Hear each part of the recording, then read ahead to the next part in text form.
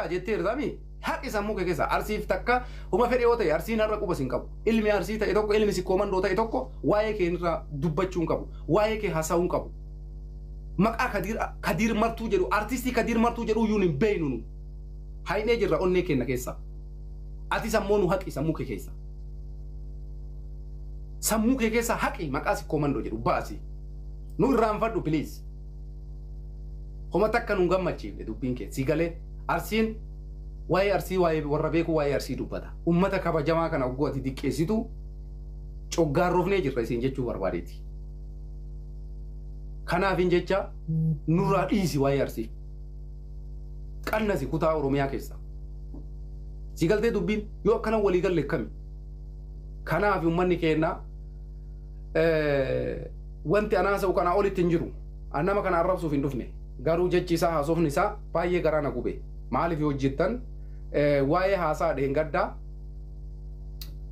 waa'ee ijoollee wallootiif arsii jidduutti waan ta'e ogguu yaadadhu sukkarri dhibba na galaana dhugaa rabbii isinitti hima waan arsiif walloo jidduutti ta'e yoo yaadadhu sukkarri dhibba na gala Kadir martuu har'a dhuftee waan akkanaa natti haasa'uun ati hagam akka xilaata arsii taate argisiisa jechuudha hagam akka ati onni irraa ummata dachii arsii kana jibbitu natti argisiisa jechuudha hagam akka ati ilmaan si komandoo kana jibbitu natti mul'ate jechuudha ishish si jibbinee jirra nullee abbo si jibbinee jirra nutis si galee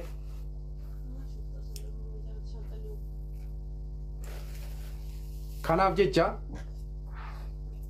ummata keenya sammuu kee keessa haqi maqaa arsii jedhu kanas of keessa haqi irraanfadhu arsiin sin beeku ati arsii hin beektu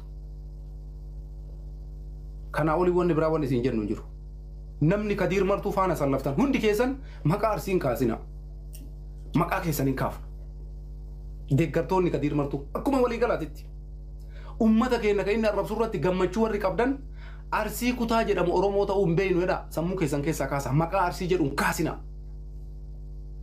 nkasina maqaa arsii jedhu wallaahi billahi homa takka illee nuun dabaltan homaallee nurraan hirrissan nuti sammuu isin irraanfanna jechuudha isinii galeemi dubbiin kun wanna naasu kun isinii galaami isa kana olitti wanni isiniin jennu hin jiru abbama feete ta'i nuti isin hin beeynu isinis nun beeytan nurraa dhaabbadha sammuu keessan keessa haqa bilisoomneettan bakka ama bilisoomtanii geessitanii kutaa namaati irratti lola bantan kutaa namaa xiqqeessutti seentan kutaa namaati irratti duula banutti seentan kuni fudhataman qabu nu biratti kanaaf jecha namni ganda ofii jibbuun jiru jaran arsiin biyya goototaati arsiin kaleessallee seenaa qaba arsee waraana shuraa waraanee irraa muraa jedhama akkasii faarfama jeeta kan seenama keessatti illee ogguu dhaadatamu seenaa luynummaatiin hin himamu arsiin leenjisoo diigaafaa ogguu kaasan seenaa oromootuun jee bar mililikii wajji waggaa 7 lolee jea seenaan oromoo kun arsiidha achi tarree warra baale yoo kaasan waaqoo guutuu fincila diddaa qotee bultoota baale je'ama qotee bulaan kennaa yuu cima akka gandaa osoo hin taane qotee bulaan kenna abbaa biyyummaa isaa irratti mirga ofii kabachiisuu irratti seenaa oromoo keessatti seenaa babbareedaa dalagatee qaba arsiin har'a dhuftee shufuroon takka maqaa arsii xureessuudhaaf maqaa arsii balleessuudhaaf arsii gadi buusuudhaaf yoo asirraa afaan bante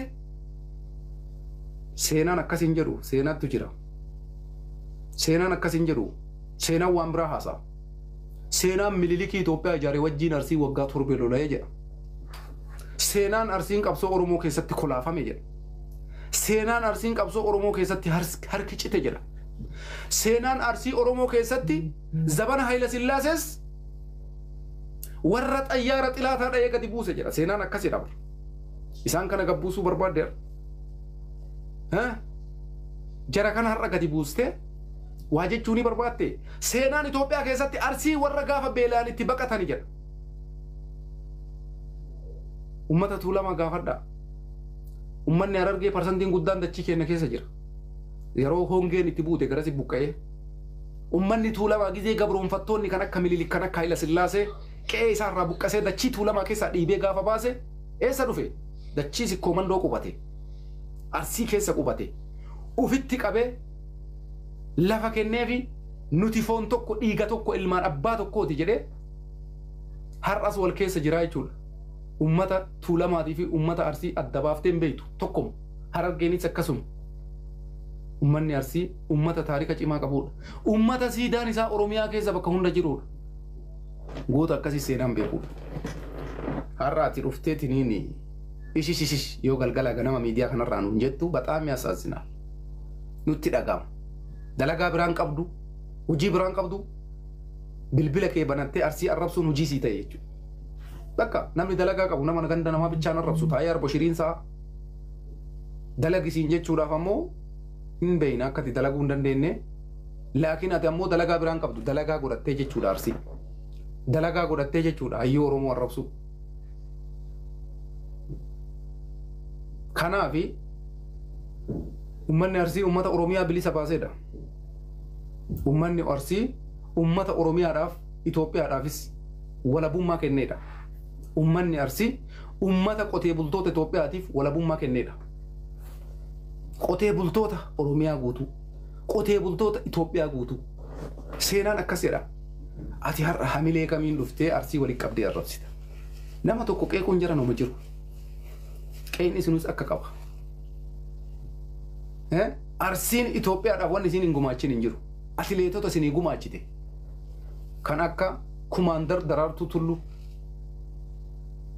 Barreessaamee as jalatti abboo maqaa atileetota Itoophiyaa. Kan har'a ilmaan dachii Arsii keessaa baatee Itoophiyaa alaabaa isii addunyaa kanarra kanan laballabte. Arsiin isii tana beetaati. Baxaamii asaasinaal. Taarika isinii gadi qaraanar. Yeroo tokko tokko ijoollee miskiina wajjin asirra teettanii ijoollee uummata akka hin beekne wajjin Arsiin maal godhe Arsiin maal godhe Arsiin maal godhe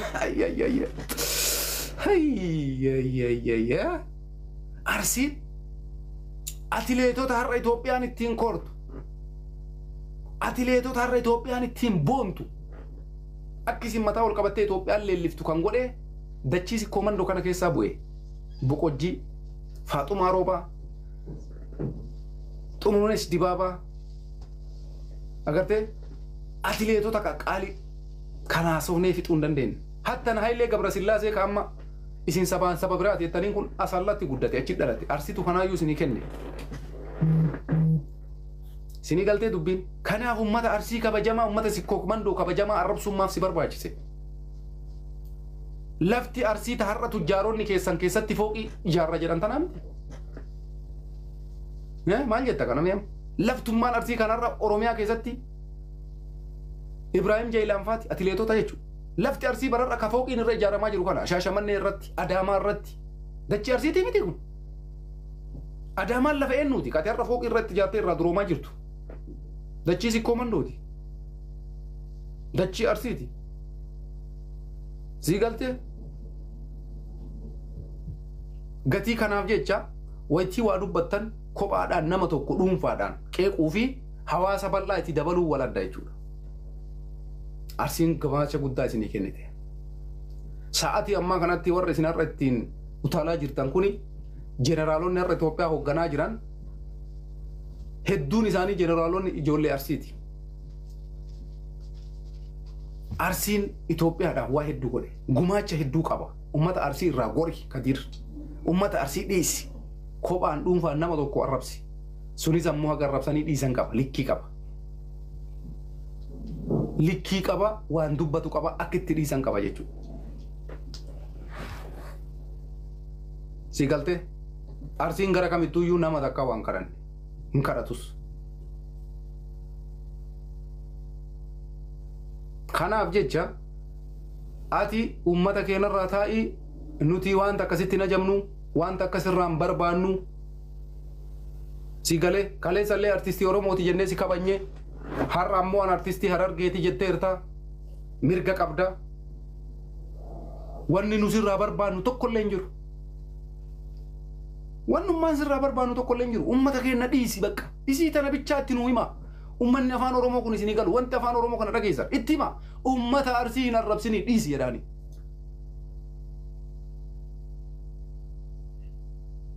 Arrabni isaa ammoo likkii tare baxaamitti akka malee baay'ate. Kanaafi seenaan arsii akkanaa jechuun isinitti himnee jirra waa'ee jawaaris waa'ee arsiis waa hundaa isinitti himna. Kana caala immoo wanni goonu wanni biraan jiru jechuudha. Nuti wanni barbaannu arraba nu arrabfamaa jiru nurraa dhaabbatu. Ummata keenyarraa dhaabbatu. Ummata arsii arrabsuun haa dhaabbatu. Duulli ummata arsii irra godhame haa dhaabbatu. Keessattuu Kadir martuu dhaabuu qabdati. Ummata keenyarraa dhaabi abbaa barbaadde mirga qabda. Kutaa barbaadde faarsuu nama barbaadde faarsuu kanu. Na dalagaa biraa maal qabdaree siluu maal hojjetta. Wanni dalagaa biraan jiru ijoollee takkaaf lama sirraa sirban fuuteetiin Facebook irra poosti goota. Barreeffama wayii irra buusta bakka hojiin kee kanuma ta'e nama wayii kasirraa firgu wayii yoo argite dubartii wayii tawaayee kee dubbattu yoo argite isima poostii nu godheeti sun mirga keeti abbaa barbaaddee warra sirraa sirbu gadi yaasi gurgar raadiyoo barbaadde akka barbaaddetti arrabuma nurraa dhaabi ummata arsii kabajamaa hin tuqin wanti biraa wanni nurraa barbaannu jiru nutis ammoo ummata kabajamaa ummata keenya Harargee har'as taanaan kabajaan isaanii akkasuma jira. Kara fuulduraatitti illee laakiin ammoo ati ummata keenya dhaabbadhu namni afaan kiyya kana dhageessan afaan oromoo kiyya kun isinii galu ummata keenyarraa dhoorgaa nama kana jechuudha. Si galee wanni inni ummata keenya arrabsaa ooluuf hin jiru kanuma isiniin jenna wanti biraa wanni kana caalaa haasa'amu hin jiru dubbiin diqqishuma haga qunna garii qabdu tanu dubbanne tana faayidaa qaba jechuudha. Guyyarraa dhufaniitiniin ummata arsii diqqeessu ummata arsii arrabsaa ooluun faayidaan qabu. Nuti kutaa nama kamituun kabanya. Oromiyaa hundaayyuu ni kabanya. Oromiyaa hundaayyuu ni jaalanna. Amantii Oromiyaa keessa jiru hundaayyuu ni kabanya. Amantii hundaafuu kabajaa qabna. Garuu gaafa namni sanirraan dabree xiyyeeffateetiniin ganda tokkorratti kutaa tokkorratti duula hamaa geggeessu na gaddisiisa jechuudha.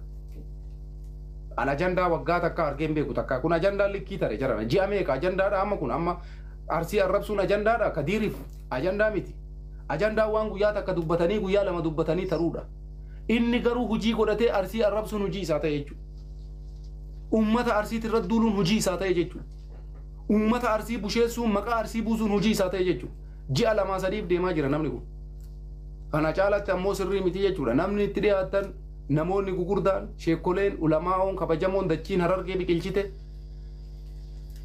waraataa ofii abbaa hidhataa jedha Oromoon nurraa hidhadha mirga haasa'uun qaba mirga dubbachuun qaba garuu ummata keenya arsii akkan arrabsineedha gaafiin nu dhiyeessaa jiru gaafiin nu gaafachaa jiru waan sanii olii nu gaafannus hin jiru nu sirbii nu dubbadhu nu dhiichisii kottuu nu faana dhaabbadhu hin barbaannu waan takka hin barbaannu bakka ummatuma keenya akkan arrabsine itti hima nurraa gorsa yaaki maal afaan Oromoon isinirraan dhaga'ami namni kun kanaafuu namni kutaa tokko bichaan arrabsu osoo fayyaa dhabee kutama Oromiyaa hunda walitti qabee nama arrabsa silaa kutaa Oromiyaa hunda arrabsa arsii arrabsuun arsii qofarratti xiyyeeffachuun arsii qofarratti duuluun kuni jibbaa biraati waan ta'eef gatii kanaaf jecha akka dhaabbatu adaraa isiniin jechuu barbaanna nuti kanaa olitti ammoo wanni biraa wanni godhuu dandeenyu hin jiru wanni goonu wanni biraa wanni takka illee hin jiru hin himanna himachaa jirras ummanni keenya Harargee yoo namni biraallee hayyuun Harargee keessaallee dhabame ulamaa'ota hedduutu jira dachee Harargee keessa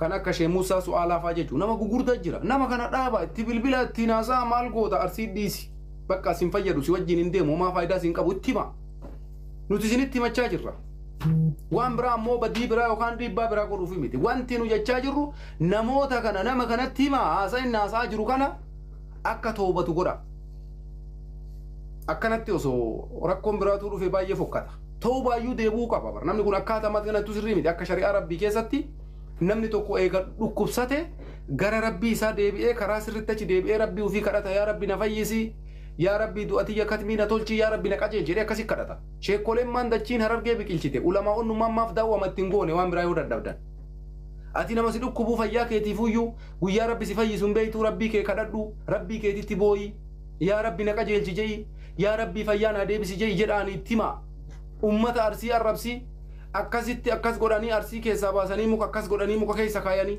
amma sadarkaa kana dirasii nama deemu nama waan kana dubbatu warri sheekoleellee itti cal'isan jedhee yaadaan isinillee isin gammachiisuun mala wanni kun isinillee maaliif akka isin gammachiise annaan galu garuu ulamaa'otuma keenya gugurdaayyuu isinillee kanarraa gammachuu qabdan tarii maaliif jennaan namni akka isaatiin nama arrabsu hedduu jira kutaa biraa keessallee garuu kuni gaarii miti jechuudha gaarii miti nama kana gorfadhaa itti si qaamansiisaa ganda namaa irraa godhi jedhaanii yoo ammoo namni itti taree jedhe sunis ganda qabaa ganda santu ka isaallee irraa dhoorgata jechuudha oromoon haala kanaan deema gaafa nam tokko namatti tare namatu jira jaarsa jira nama ganda saniittu nama san namarraa dhoorga jechuudha kunis gaafa itti tare haaluma kanaa walirraa dhoorganii jechuudha kanaas maraata ofii abba hidhata akkuma jedhan san nama kana nurraa qabaa namni gama kanaa isinitti achi tarau gama kennaa isinitti taruu yoo jiraatellee kennallee kennumatu qabaa jechuudha kanuma wanni biraa wanni kanaa waliin jiru nuti saniin gara kaanitti ummata kana walitti oofnee wanyaachisuun faayidaa biraan hin qabu ummata tokko yoo walii jibbi addaan goree nagaan jiraachuu manni saniin gara kaanitti waan biraa keessa seenanii waan biraa laaquu waan fokkataa godhuu miskiina karaa deemu dararuu miskiina bakka hojiititti azabu kuni fokkataadha waan akkasii hin barbaannu namni gama arsii irraa nama kanatti taru yoo jiraate hin dhaabbata kan gama seestarus yoo jiraate jaarsa jira manguddoo jira kan akkasitti dhaaban kanaafuu isa ummata arsii irraa dhaaba manguddoon jechuudhaan ulamaa'onni arge yoo inni isinirraan tareetiniin dhaabachuu dide ammoo ummataaf ifa godha itti himnee jirra nu didee gama kennaallee gama ummata arsii irraallee yoo ijoolleen tarteetini waan kana dhaabuu diddee kagattartee ummata harargeetiin waa jettu taate sanillee arsiin manguddoo qaba jaarsa qaba nama kana atis waan kana dhaabi amma booda waan akkanaas irraa dhaga'uun barbaannu arsiin ilma isaa gurra qabeettifa hin dhaabaa jechuudha jaalateen dhaabu xumurri dubbii kiyyaa kanaan itti hima manguddoon harargee dhaabsisa silaa namni dhukkubsatu tokko toobaa deebi'ee rabbii ifiititti booya an akkasitti beeka duraan kafayyaa qabuuyyuu salaataa rabbiin keessan kadhadha namni ammoo dhukkubsatee sirrirra jiru maali fayyaa isaatiif yaa rabbi fayyan na deebisi jedhee galgala ganama du'aa isaa godhatee salaatamoo gadi bahee kutaa nama irratti xiyyeeffatee akka isi godhanii maarreesi godhanii jedhee haasa kana warri quraana rabbii beeytan na caala beeytanii jechuudha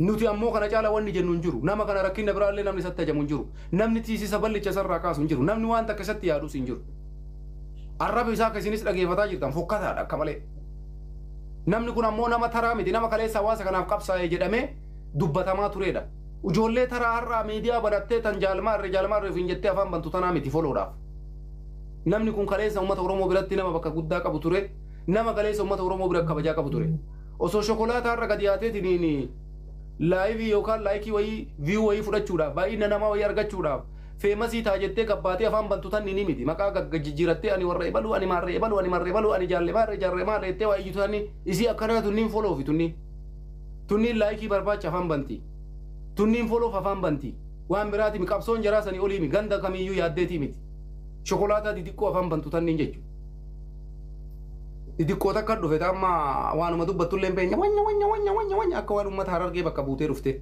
afaan banti galgala kana maaliif iyyiti beektaa yookaan nama dhuunfaa tokko viidiyoo ebaluu qaba fotoo ebaluu qaba waan akkasii arge akkanaatu inni maaliif akkana iyyiti beektaa foloo wayii butatuu barbaade feemmasuudhaaf afaan banti feemmasuuf jawaar arrabsiti feemmasa ta'u witi jetti maaliif foloo bar waan biraatiif si fakkaata san biratti waan biraa qabsoo jaraa waa'ee qabsoo beekanii waan biraatiif biti Kadir martu ammoo nama sanii oliiti nama kaleessa uummata oromoo biraa iddoo guddaa qabu ture kanaaf dubbiin isaa nama hunda biratti namni hundi haasaa isaa waan dhageeffatuuf jechi kun isarraa malu manguddoon harargee ulamaa'onni harargee akka salphatti waan kana laalinaa